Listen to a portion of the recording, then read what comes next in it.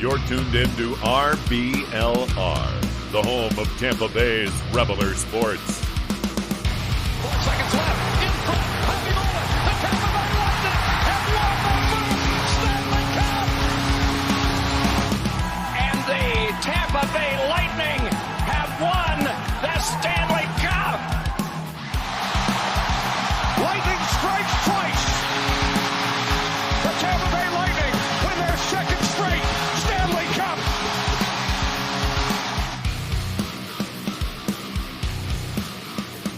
Hello, everybody, and welcome to RBLR Lightning. As always, my name is Jake Ricker. Alongside me, it's Joe Zamantaro and Alexa Carlton, who I will introduce to you very shortly. But first, guys, how you doing today? It's been a real long couple of days. You know, we loved, we laughed, we got excited, we got angry.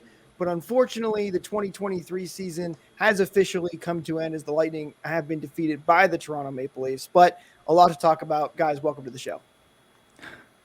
Good to be here, Alexa. Welcome on. Thank you. Probably the least fun show you could possibly jump in for starting, kind of throwing you to the wolves a little bit. Yeah. Well, But after a little bit of time to digest it, we get to analyze it, and that still can be something that is enjoyable as well. I was going to say I've had about 24 hours or 48 hours, I guess, at this point to process everything. So feeling a little better than I was a couple of days ago, at least.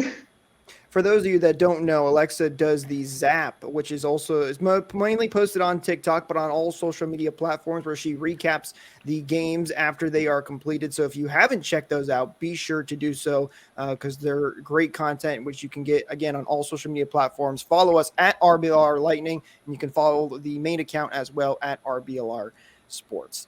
So let's get into it. Let's talk about the last couple of games here for the Lightning. They did force a game 6. They came out and played really well in a game 5 and were able to win in Toronto. But unfortunately, game 6 ends the same way that games 3 and game 4 ended, which was a overtime loss for the Lightning. No wins at home. And guys, I think that is the consistency and the biggest issue for the Lightning this entire series. They had 3 games at home. All of them went to overtime, and they were not able to win a single one of them. Yeah, I mean, closing out games, that's something that we've talked about quite a bit throughout the entire season, being able to play the right way when you have the lead and close out games. And in the past, the Bolts have been pretty darn good at shutdown defense. And they were back on their heels too much and weren't able to get enough offense in these overtimes, and it burned them. And lucky bounces in a lot of cases with Toronto, lucky sticks and lanes and tips, and the Lightning didn't get the same benefits of Lady Puck luck, and couldn't do anything in overtime. I think we very much missed Chernak. I think that the lack of his presence was very much felt on the defense for sure. Not having Chernak definitely didn't help. But I will say, ever since that second game where the Lightning gave up, 7 goals, they bounced back. I mean, all those games were very close games. I mean, all the games at home were 1-goal games, and then even the one in Toronto in game 5 that they won, it's technically a 2-goal game, but it was a really late empty netter. So their defense did improve and got better, but some might argue that if they had Erik Chernak in the lineup, maybe they don't blow that 3-goal lead in game 4, or maybe they don't even blow the 1-goal lead in game 2. But Joe, I think you're absolutely right. The puck luck really, really hurt the Lightning. I mean, they were the better team in overtime. I thought in game 6, they were controlling play. They had a lot of big chances, and then just one bad shot and it just trickles in. And that's the way it goes in overtime. All it takes is one flick of the stick and your entire season can be done. Yeah. I mean, you want to talk about puck luck. Yeah, you want to talk about puck luck. That hit 2 skates before going to the side of Vasi and did trickle. He if he could have seen it, there's a possibility he even could have gotten to it, but just a perfect lucky bounce.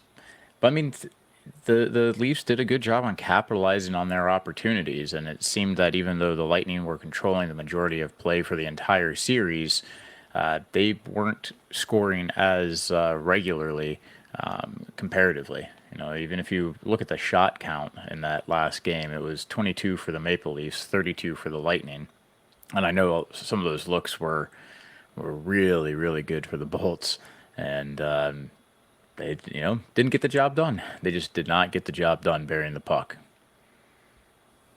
How about the face-offs, Joe? I know you talk about that a lot. We brought this up multiple times on this podcast, but they were actually really good in Game 6, and part of the reason they were able to come back in this one and tie it up and force overtime was that they were at one point dominating like 70% of the face-offs. It fell down to 58% by the end of the game, but they were really good in the face-off circle, and that really helped them ultimately fight all the way back as much as they did. And you're absolutely right. Toronto ultimately capitalized on their chances and the ones that Illinois So, so here's an interesting stat when you pull up the face-off summary, though.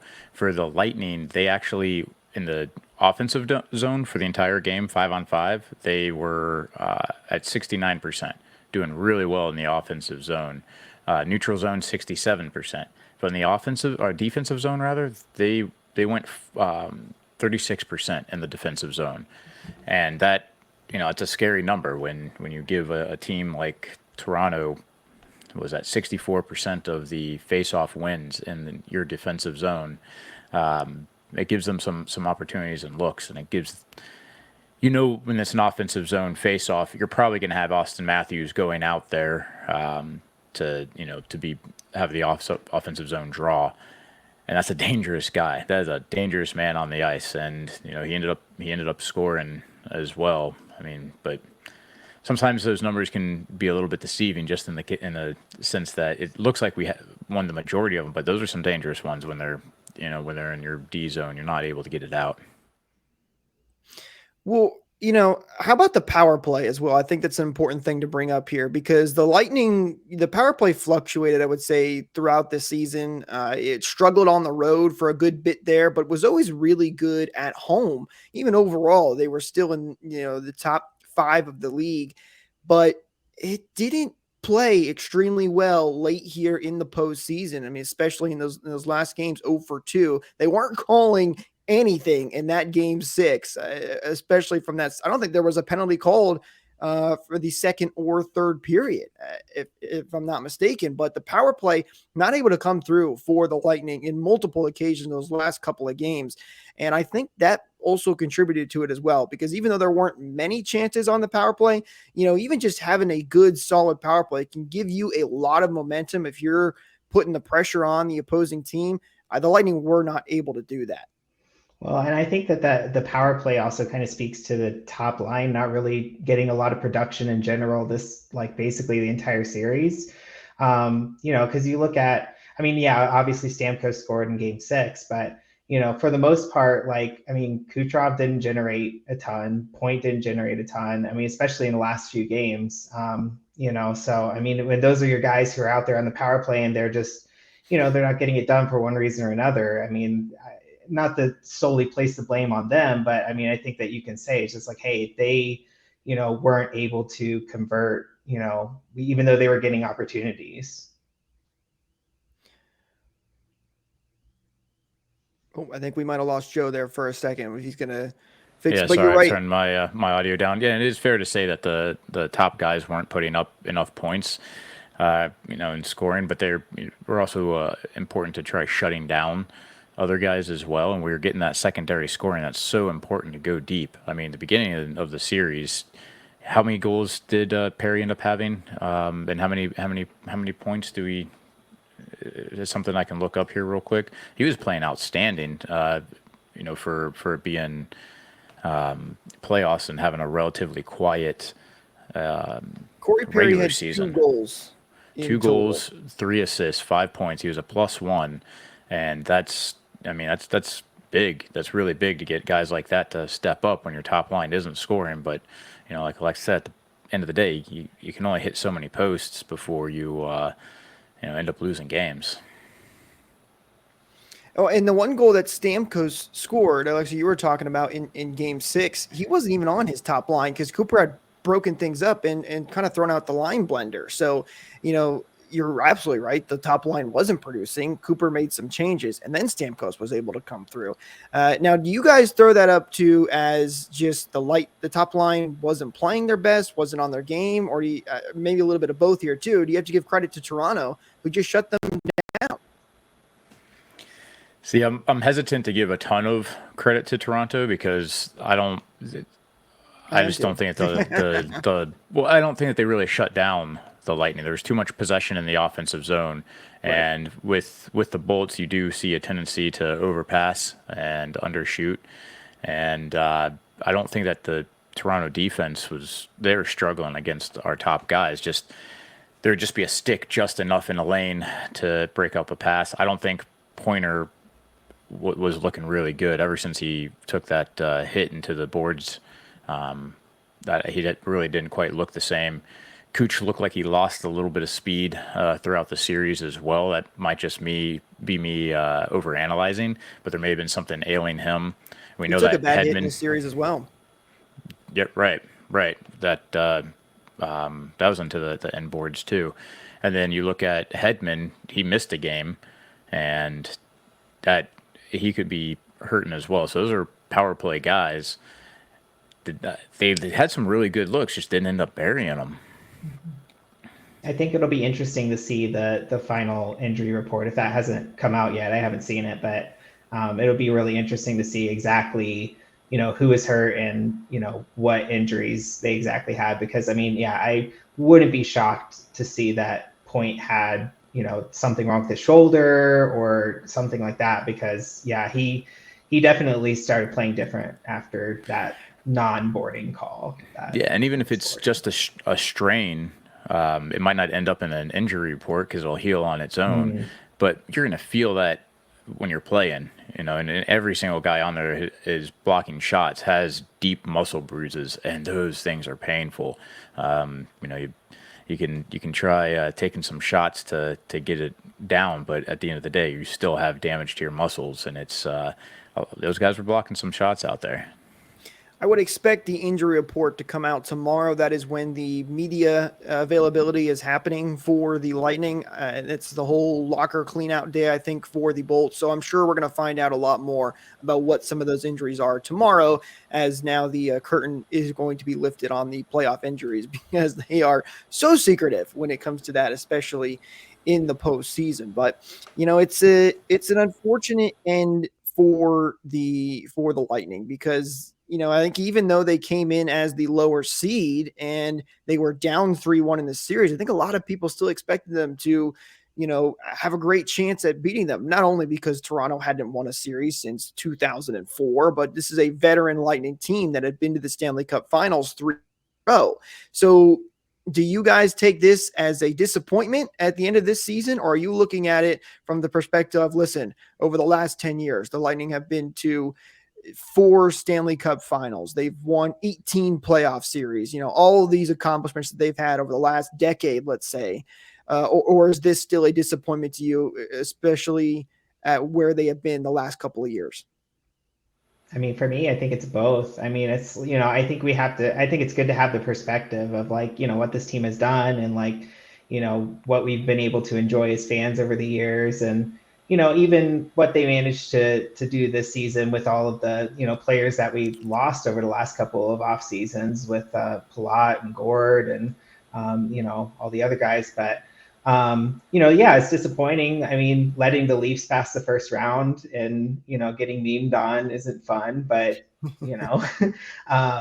that being said, we can totally look at the last 10 years or more and be like, this is a great organization. And I said it in my TikTok. I think that we have a lot to look forward to still. I don't think this is the end of anything by any means, so. It's always going to be disappointing when you get eliminated in the playoffs and, the end of a full year of emotions that you've had wrapped into a team and now they're gone. It's almost like when you watch a TV series and the series ends and you're looking for more, you feel like a little bit of emptiness there. That's natural, but honestly, the way that they lost, it wasn't a loss where it wasn't a loss that was strictly due to, say, injuries, where you're frustrated that you know that the team could have played better if they had more people back. Yes, there was a few, but it wasn't like, some years past where, you know, we won a cup basically without Stamkos. That would suck to be eliminated because you don't have him playing. It wasn't because they played really poorly, where you're frustrated with what they put out on the ice. All teams are going to have ups and downs, right? But they didn't really have too many lulls. The lulls that they did had bit them hard enough to allow Toronto to come back into some games. But on a whole, I'm pretty satisfied with the game that they put out there. And I mean, there weren't like refs that were affecting the games overall, right? There was some bad officiating, but it did go both ways. It did. For a number of calls. So you can't point the finger at the refs. At the end of the day, again, it came down to really puck luck and the fact that Toronto essentially they mortgaged their future to load up on players in order to get past the first round. I mean, I've said it a few times. I don't know if I've said it on the show, but this was Toronto's Stanley Cup. This is all that they cared about. And there's a reason why the GM is so passionate, because he knows he's going to get canned if he doesn't get past the first round. That's why he's got so much emotion tied up into winning against Tampa. This was everything for them. They're not going to go much further. So it sucks that the Lightning are eliminated, but I'm proud of the guys. I'm proud of the way that they played, and I take solace in that, at least, where it's not something that you can be frustrated about our guys with. If you would have asked me this question back after game 4, I would have had a completely different response because I was extremely frustrated. Now, luckily, Sure. they responded very well in game 5. And in game 6, they really did. They came from behind and tied the game. They played well. And like you said, bad luck and just unfortunate things that led to their ultimate demise. But so even if you look at all those goals in game 4, those were crazy. Those were crazy bounces, crazy luck. yes. But still, that those were so gut wrenching because you were thinking just 20 more minutes and we could have been up 3-1. It was right there, but they did fight back in games 5 and 6, and we're very close to forcing a game 7. So I think that makes me feel a lot better that, hey, you know what, they did give it their all. It's just unfortunate because, like you said, Joe, a lot of those were really great goals. I mean, the one deflection by Austin Matthews was unbelievable. No one's saving that. Nobody's saving that. That Right. was just it came across the right way. He was uncovered. The other goal that he had was a beautiful shot. There was broken down coverage, but the C&I shots with screens in front and crazy tips, Vasi's is human, it turns out. I wouldn't have believed it until this year, but apparently, he makes mistakes and can be brought back down to earth too. Something I do want to talk about a little bit is some of the other players that have been complete revelations. Jeannot was pulled for Isamont, and man, does that kid not remind you of like Gord out there flying around, making hits, really stripping does. pucks? He's so fast. He's He's fun to watch. He's really, really fun to watch. And Radish, holy smokes, he impressed the hell out of me all playoffs long. I mean, having those guys basically debut, if you will, in the playoffs. I'm looking forward to seeing more of them. I would say Radish and Perbix. I mean, we have seen Perbix more in the regular season than Radish, but both those guys, first time in the playoffs, and I thought they both played really well. You're absolutely right, especially Radish. That was really impressive performance for him, be able to grow up that fast. It was a huge help for the Lightning after losing guys like Ryan McDonough. And then Isamont, yes, he's so fast. He's on the pucks. Heck, the Lightning won majority of their games with Isamont in the lineup. Now, obviously, they didn't win Game 6, but how many times in Game 6 did we see Toronto have the puck and, here comes Isamont putting pressure on and forcing turnovers? I mean, he did that a couple of times in Game 6. So he was fantastic. And I did see this get brought up. And I don't know if I'm sure Jeannot was still banged up from his injury because I thought he came back way quicker than any of us expected. But people were talking about, you mentioned, Joe, the Leafs mortgaged their future to go for the cup. The Lightning gave up a lot for Tanner Jeannot. And now, whether this was due to injury or I have to bring it, I know, I have to bring it up. But to be They fair, gave up a lot of. Hold on, they gave up a lot of picks. They gave up a lot of picks, which I just don't agree that it's a lot. Picks are it's their chances. They're not. It doesn't necessarily guarantee that you have an asset. If you give up a pick and you have an actual asset, that's something that's tangible, and he's something that's tangible. And I know that we gave up a lot for him. He wasn't able to play for as many games as we were hoping, but it's also a guy that's going to be sticking around. So I don't know that's necessarily.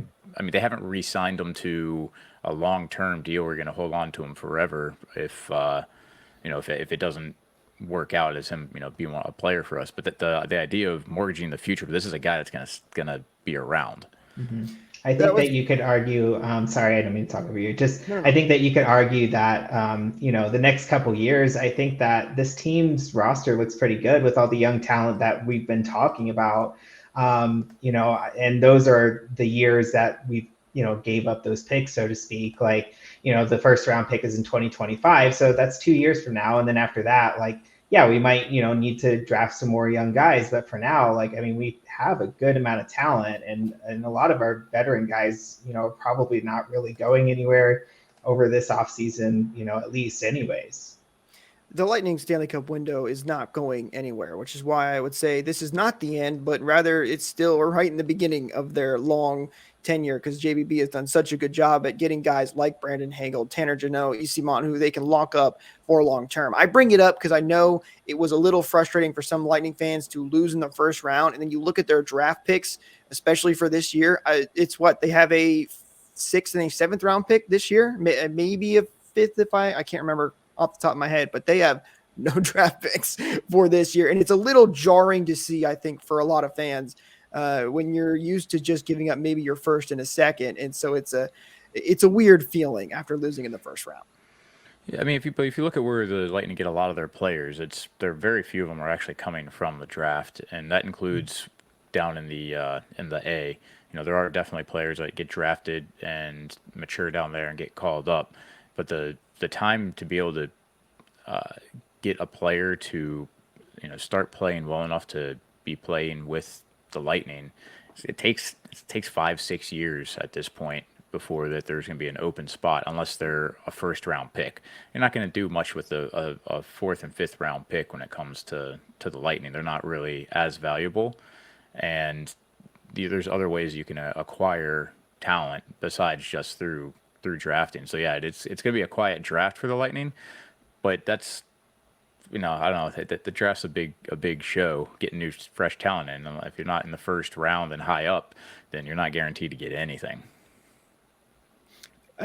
You're absolutely right. And I think the Lightning could still potentially make some trades too and get some of those draft picks back. Just because they don't have them doesn't mean they can always grab any of them. But I think there's some Lightning talent coming up in the pipes that could join. Every year we see it, guys that we don't. Darren Radish and Nick Perbix are perfect examples. Nobody thought those guys were going to be anything. And then all of a sudden they look like some pretty hot commodities right now for the Tampa Bay Lightning, and are going to be future guys. And they just signed a new player to a entry-level contract just today. I'm pulling up his stats right now, but they signed Gorshev to a 3-year entry-level contract, $925,000, played 34 games, had 4 goals, 2 assists, and 6 points this year in the KHL. So there's another guy right there that the Lightning drafted in 2020 that, who knows, a couple years from now, we may see him jump up into the lineup and make an impact like Radish and Perbix did.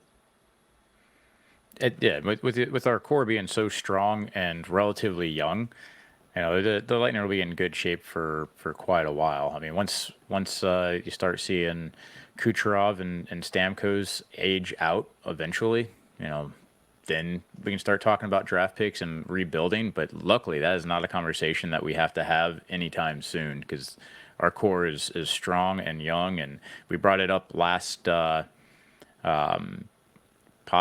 that Sergachev is 24, and just saying that out loud is still crazy. It's wild. Yeah, I feel like he's played on the team for ever at this point, right? He came in 17-18, that's a that's let's see, 1, 2, 3, 4, 5, 6. He's basically played 6 seasons with the Lightning, and has been such a great player. And he's 24 years old. And he's Still has gotten so better much every more to single go. year. Every And year he's he going to gets better. continue. Yeah, with someone that plays defense, you basically start peaking in your late 20s. He's he's basically like halfway there. Our producer Eureka just brought up a great point too. The Crunch are still in the playoffs right now, so if you want to go see what the Lightning are going to be able to do in the future, let's see how the Crunch perform in the playoffs. There's a lot of talent down. ABB is still hanging around in this organization, even though he never can seem to find his way officially into the lineup. He's still hanging around and still showing the Lightning something clearly to give the Lightning some hope that he could maybe make that transition eventually. Myers as well. He's a guy that we brought in earlier this season that we thought was going to make an immediate impact, but never really did. Ended up hanging down with the Crunch. I think he's actually having a pretty decent season. If I remember when we last looked at his stats. So he's another guy that could potentially come up. So even though they don't have a lot of draft picks, there's a lot to look forward to. And, the bottom line, the Lightning may have lost, but our listeners and our viewers, they can keep winning by heading over to shop.rblrsports.com and checking out our awesome inspired merch of the different teams here in Tampa Bay. Lightning merch, we got Rays inspired merch, Rowdy's inspired merch, you name it. You can go check it out there on shop.rblrsports.com. Links, as always, are in the description. And a bonus for our listeners here on this podcast, you can use code BOLTS for 10% off of your order. Be sure to go check it out. Links, as always, in the description. And again, that is shop.rblrsports.com. So let's take a look, guys. I think let's look at some playoff matchups around the league right now. We've been talking a lot about the bummer of the Lightning not being able to pull off the victory, but how about we have a little bit of fun and talk about some of the other things going on in the NHL, because it's starting to look like we might have a wild playoffs on our hand as the Boston Bruins were defeated by the hands of the Florida Panthers in 7 games. The Seattle Kraken, they take down defending Stanley Cup champions in 7 games. When's the last time that happened? You have both of the last Stanley Cup contenders, the Lightning and the Avalanche, out in the first round. I mean, that's got to be pretty surprising. Not happening. And then the President's Trophy winner out in the first round as well. That's that's right. a lot of people that there's a lot of people that have their brackets completely busted at this point. If you're playing, and a lot of people in Vegas that were betting on some other outcomes as well. Lightning eliminated. It's horrible. It sucks. But then looking to see how tough it is to do what they've done all these years, the Avs couldn't get past the first round after having won a cup. And as good as Boston was this year, they didn't get past the first round and don't have a shot at the cup. So it just, is that much more impressive with what our guys have done, and it makes seeing those teams win that much sweeter. That Game 7, the Panthers versus the Bruins, was the last goal that clinched the Panthers the series. I yelled for that goal like it was a Lightning goal. I yelled for that goal like we just won, like we just beat the Leafs at the minimum. That was so exciting. Just as somebody who can't stand Boston, and also it's nice to see little brother get a little bit of comeuppance too. So I personally at this point I'm kind of rooting for a Kraken versus Panthers Stanley Cup final. That would be it's insane. a long shot, but I think that'd be really cool to see. Well, you stole my next question. Is that who are we rooting for? Who's the team that we want to? So for me, I'm all aboard the Seattle Kraken train just because of Yanni Gourde. Obviously, I also love the Kraken's jerseys. They're fantastic, and Seattle's a fun team to root for. For me, Alexa, my Stanley Cup final hope, I want a Seattle Kraken versus New Jersey Devils Stanley Cup final. So we can get Yanni Gourde and Andre Palat both in the Stanley Cup finals. So at least one former Bolt would be winning it. Although Verhaeghe on the Panthers is also a former Bolt. But I'm going for the Kraken in the West and the Devils in the East. What about you guys? Yeah, it's hard not to, I have my bracket not played with my heart, but my head. So I think in mine, I got the Oilers going all the way. I'd be more than happy to see Gord smile a few more times, though. Let him get back to to the finals, and why not have the Panthers go? I'm kind of obviously I'm tired of the Leafs, and the Rangers might get that's the last series that we have to that'll get finished tonight, right? Correct. Game 7 is I don't want tonight to as see we're them. recording. Yeah, I don't want to see them continue on. It'd be cool to get some fresh blood in there with Panthers going all the way. What do we think about the Hurricanes? I feel like they've been kind of overlooked a little bit, like, just in terms of like the conversations that are going on right now. And I think that they've had quite a few injuries, if I'm not mistaken. But so I think that personally, I didn't have them going, past like the second round in my bracket. But I think it could be interesting. I mean, they haven't won a cup since 2006. So and they're a Southern team, so they get some of the same hate that we do in some ways of like, oh, it doesn't even snow there or whatever. But so I don't know, like they're kind of like, I'm like, okay, I could see them making a run too. I think it'd be interesting. I don't think that they can beat the Devils. I definitely think that they can beat the Rangers. And I could be 100% wrong on either of those statements, but I mean, they took such a step back towards the end of the season there, and then they did win it in 6, but I don't know. I don't know if they got it. I don't know if they'll have the momentum. I'm with Joe. I don't have confidence in them because they got a lot of injuries that they're dealing with right now. And I mean, they were able to get past the Islanders, who, let's be honest, weren't the best team around. I mean, they got into the playoffs and made a little bit of a run there and forced 6 games, but I just don't see them being able to get past. I think they lose to the Devils or the Rangers. Whoever wins Game 7, I don't think they can do it, mostly because of the injuries. If they were fully healthy, I think it's another story. But they're not, and they even had trouble with the Islanders. So I just can't see them getting past the second round. But as you said, Joe, who knows? Because at the end of the day, we just had one of the largest upsets the largest upset in NHL history with a 43, I think it was a 43-point difference between the Panthers and the Bruins, which is just absolutely crazy. So at the end of the day, who knows? And that's what makes sports so great, is that you really just truly never know what's going to happen and what makes the playoffs so exciting. But I do want to ask you guys this. I think we've talked about this on the podcast before, but it's always an interesting question to me. Some people have the mindset of, if you lose to the team that wins the cup, it ultimately makes your loss look better because you lost to the best team. Do you guys subscribe to that, and especially this year? Because for me, I'm hoping for a sweep of the Toronto Maple Leafs in the second round, and then I'm hoping a sweep of the Florida Panthers in the third round. Yeah, I'm gonna agree with that one. Typically, I would say, like, yes, I'm gonna root for the team that beat us, but not the Leafs. Sorry, I want the meme to continue in the sense that I want it to become the Leafs have never won a game in the second round. I think that would just be amazing. So I live for the memes. Yeah, I agree with that sentiment. A lot of what I've said in the past about the Lightning losing in the playoffs have been that they're losing to teams that are winning the cup, and that's a little bit of a way to soften the blow. But in this case, the Lightning have already been there and done that. Won it twice in a row, went for a third time. I don't think that you have to take much solace in anything. Like we're looking at a stat like that. I just want to see Toronto get snuffed out. I don't want to see them go any further, and I'm looking forward to that for sure.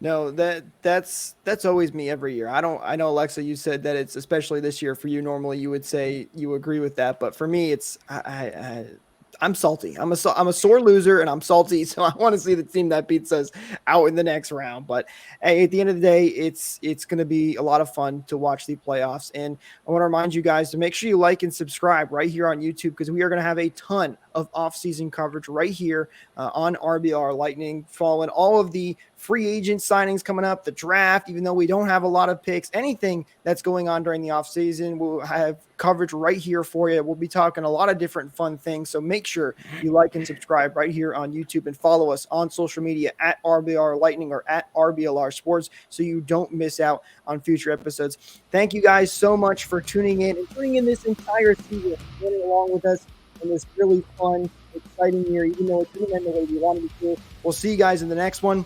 Go Bolts.